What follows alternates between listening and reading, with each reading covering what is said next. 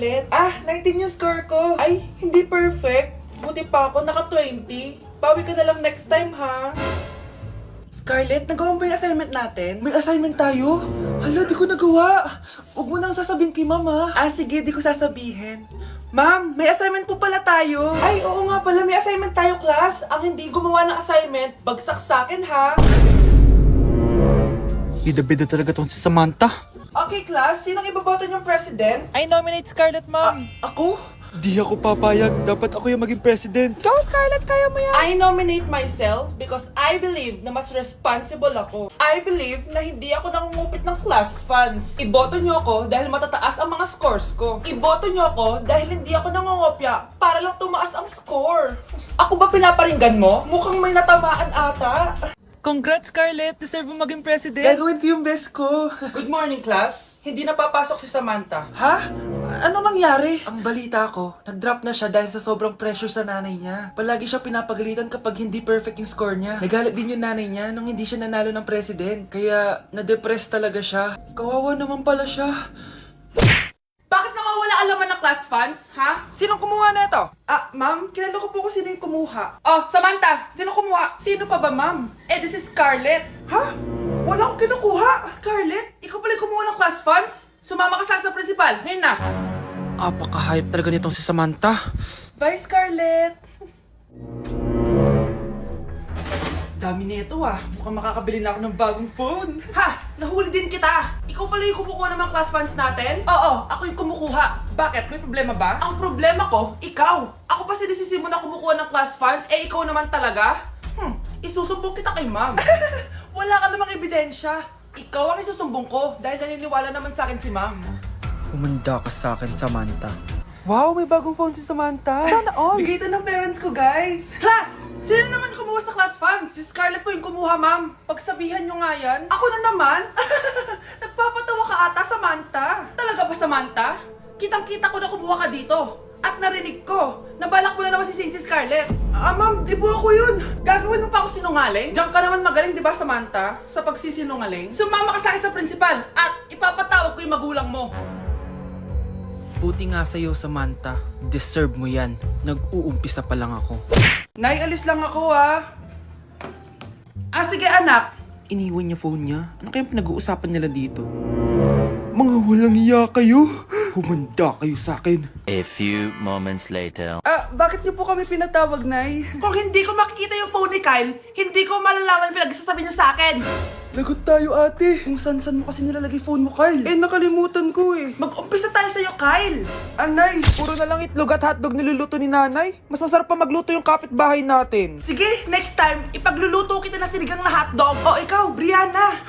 Alam niyo bang nagalit sa akin si nanay kasi dati with high honors ako, diba? Tapos ngayon with honors na lang. Siya nga bagsak nung high school Oo, bagsak ako. Pero top 1 ako nung kinder. Kevin? Wala akong sinasabi Grabe talaga si nanay. Umaga pa lang galit na siya. Tapos utos pa siya ng utos. Bawal ba magpahinga sa bahay na to? Grabe. Wow, wala ka palang sinasabi At ikaw, Scarlett? Yes, Nay. Mga be, alam niyo bang galit na galit sa akin si nanay dahil daw nag-boyfriend ako na maaga? Siya nga maagang nabuntis Di naman ako nagalit sa kanya. May problema ka ba sa maagang nabuntis? Wala akong problema, Nay. Idol nga kita Ha? Anong idol? Buntis din ako.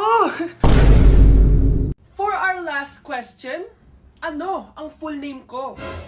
Wala naman yun sa lesson Siyempre, dapat alam niyo yung pangalan ko. Dami namang alam nito. Di ko maalala full name niya. Perfect na sana ako Kapag di niyo nasagutan yan, minus 10 kayo sa akin. Aba, ma'am, paano namin malalaman yung full name mo? Di ka naman nagpakilala sa amin. Ano ka, sikat? Artista? Ang lakas mo mag-minus kapag di nasagutan yung full name mo? Sige nga, ano full name ko? Kapag di mo nasagutan, ma-minus ko yung sweldo mo. Tsaka magagamit ba namin yan kapag nagtrabaho na kami? Di naman, diba? Paki namin sa full name mo. Hala, na paano siya? Be, anong iniiyak-iyak mo dyan? Nagre-relapse ako, be. Nakita ko kasi mga favorite song namin sa Spotify rap results ko. OA mo, be. Okay, class. Kanina notebook to? Hala, diary ko ba yun? Sige, tatapon ko na to. Total, wala naman may-ari sa inyo, Ma'am, wait! Diary ko po yan. Oh, Scarlett. Pwede mo bang basahin sa buong klase kung anong laman ng diary mo? Babasahin? Ma'am, nakakahiya. Go, Bes! Ganito, Scarlett. Pag binasa mo yan, may plus points ka sa akin. Sige na nga, para sa plus points. Dear Diary, Niligawan ako ng crush ko. Para ako nasa movie at kami yung bida. Siri, play Snow on the Beach. Yee! Ang harap kaya pala may Taylor Swift ka sa Spotify rap mo ha. Ano ba? Ito na nga, next na. Dear Diary, nagselo siya sa boy best friend ko. Gusto niya na makipaghiwalay sa akin. Hindi ko kayang mawala siya. I will die for you. OMG! Hula ko. Nasa Spotify rap pa si The Weeknd, no? Eto na nga. Medyo masakit to. Dear Diary, balita ko, may bago na siyang girlfriend. At yung best friend ko pa yung bago niya. Paano nila nagawa sa akin to? Parehas silang traitor. Hala, okay lang yan, bes. Kaya, ayun. Nasa top song ko yung Kill Bill ni SZA. Magre-relapse na yan! Tumigil nga kayo! Class, tumigil na! Hello ma'am. Sorry I'm late. Nga pala, class. May bago pala kayong kaklase. Dear Diary, eto na ba yung binigay ng universe para sa akin? Hi classmates, my name is Jake. Ang pogi ng pangalan, tapos ang tangkad niya pa. Siya na talaga yung para sa akin. At sa mga nagtatanong, may jowa na po ako. And 3 years na po kami. Dear Diary, suko na ako. Ayoko na magjowa. Mamamatay na lang talaga akong single. Nay, ang taas ng grades ko. Congrats. Kain tayo sa labas, Nay. Sabi niyo pag mataas grades ko, kakain tayo. Wala akong time, anak. Nay, nagugutom po ako. Anak, may ginagawa ko. Nay, di po ba kayo magluluto? Ano ba yung anak? Ang tanda mo na, di mo pa rin kaya magluto para sa sarili mo? Kita mo ang dami kong ginagawa dito? Storbo to. Sige po, Nay. Ako na lang po magluluto. Mari! Oh, Mari. Ba't parang takot ka? Ang dami na kasi nawawalang bata sa barangay natin. Yung kapitbahay natin, 4 na araw na nawawala yung anak niya. Baka naman nag-away lang sila tapos lumayas yung anak niya. Basta ikaw, Scarlett, palagi kang mag-iingat ha. Sige po, tita. Masyado ko nagpapaniwala sa fake news, Mari. Nay, tignan niyo po yung drawing ko. Ang ganda, anak. Di mo pa naman nakita eh. Nay, punta po kayo sa school bukas. Kakanta po ako sa stage. Sige anak. Pupunta ako pag may free time ako. Talaga, Nay? Yay! Uy, Mare, kakanta anak mo ngayon. Hindi ka pa pupunta? Hindi na siguro, Mare. Marami pa akong gagawin. Hinihintay ka nun. Pagbigyan mo na. Minsan lang. Naku, Mare. Sagabal lang yun sa trabaho ko. Sige na. Marami pa akong gagawin, no? Nasaan ka na ba, Nay? Malapit na akong tawagin. Hindi ka mahal ng nanay mo. Mahal ako ng nanay ko! Tao po. Bakit po, sir? Kayo ba yung nanay ni Scarlett?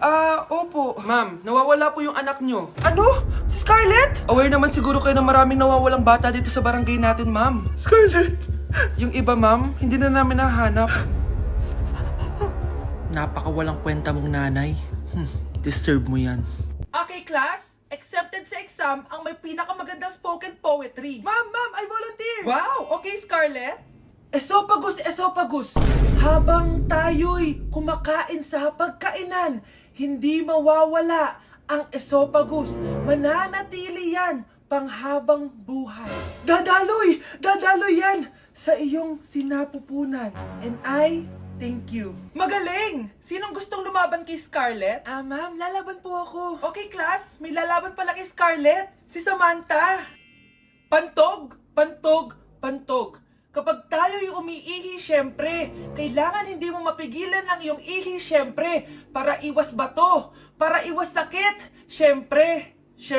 May point siya. Kaya kung ayaw mo yun, umihi ka na umihi, para yung pantog mo, hindi magka-aberya lang ganun. And I thank you. Okay, class, parehas silang magaling.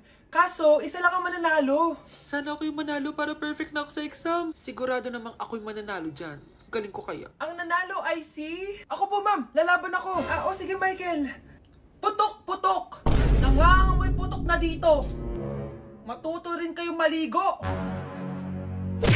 Na-like ng kifi ko. Anak, anong ibig sabihin ng kifi? Galing naman nito. Anak, ano ginagawa mo? Nay, nagla-like po ako ng mga post sa TikTok. Nagla-like? Bakit mo binababa? Ito na po kasi uso ngayon, Nay, yung magla-like ka gamit yung kifi mo. Ano ba, may mga bata ngayon na malalaman nyo sa TikTok? TikTok pa! Ayan, mga nakukuha nyo. Ang KJ mo naman, Nay. Try mo kaya. Ay, naku, Scarlett, huwag mo kayo na-influensya sa mga ganyan mo, ha? Oo nga, ang sarap sa feeling. Diba? Like! Na-like ng kifi ko. Good morning, class! Na-like ng kifi ko. na-like ng deck ko. Aba, grabe na tong mga to. Ganyan na ba yung mga natututunan nyo ngayon? Sabi ko na nga ba walang magandang dulot yung TikTok na yan. Uso kasi to ma'am, may bago na nga eh. Hay naku Samantha, tigilan mo ako. Ano namang bago yan? Eto po ma'am, tuturuan ko kayo. Anong pinang-like mo, Samantha? Yung esophagus ko po, ma'am. Esophagus? Grabe yung talent nyo, Ikaw naman, ma'am. Try mo din. Sige. Ma'am, mali po kayo.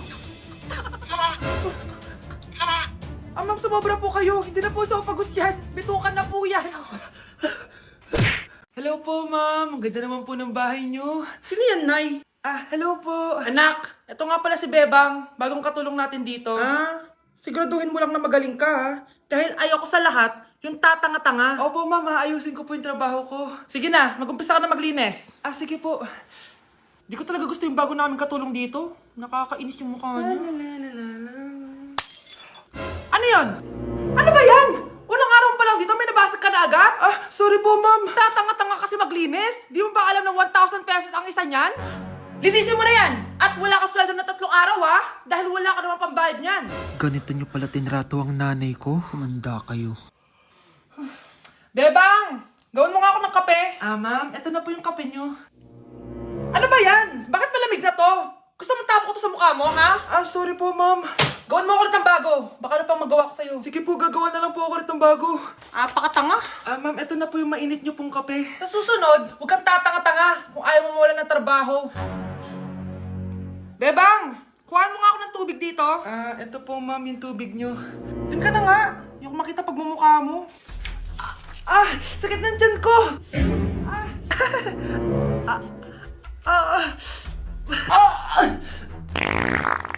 Anak! Lumabas ka muna dyan!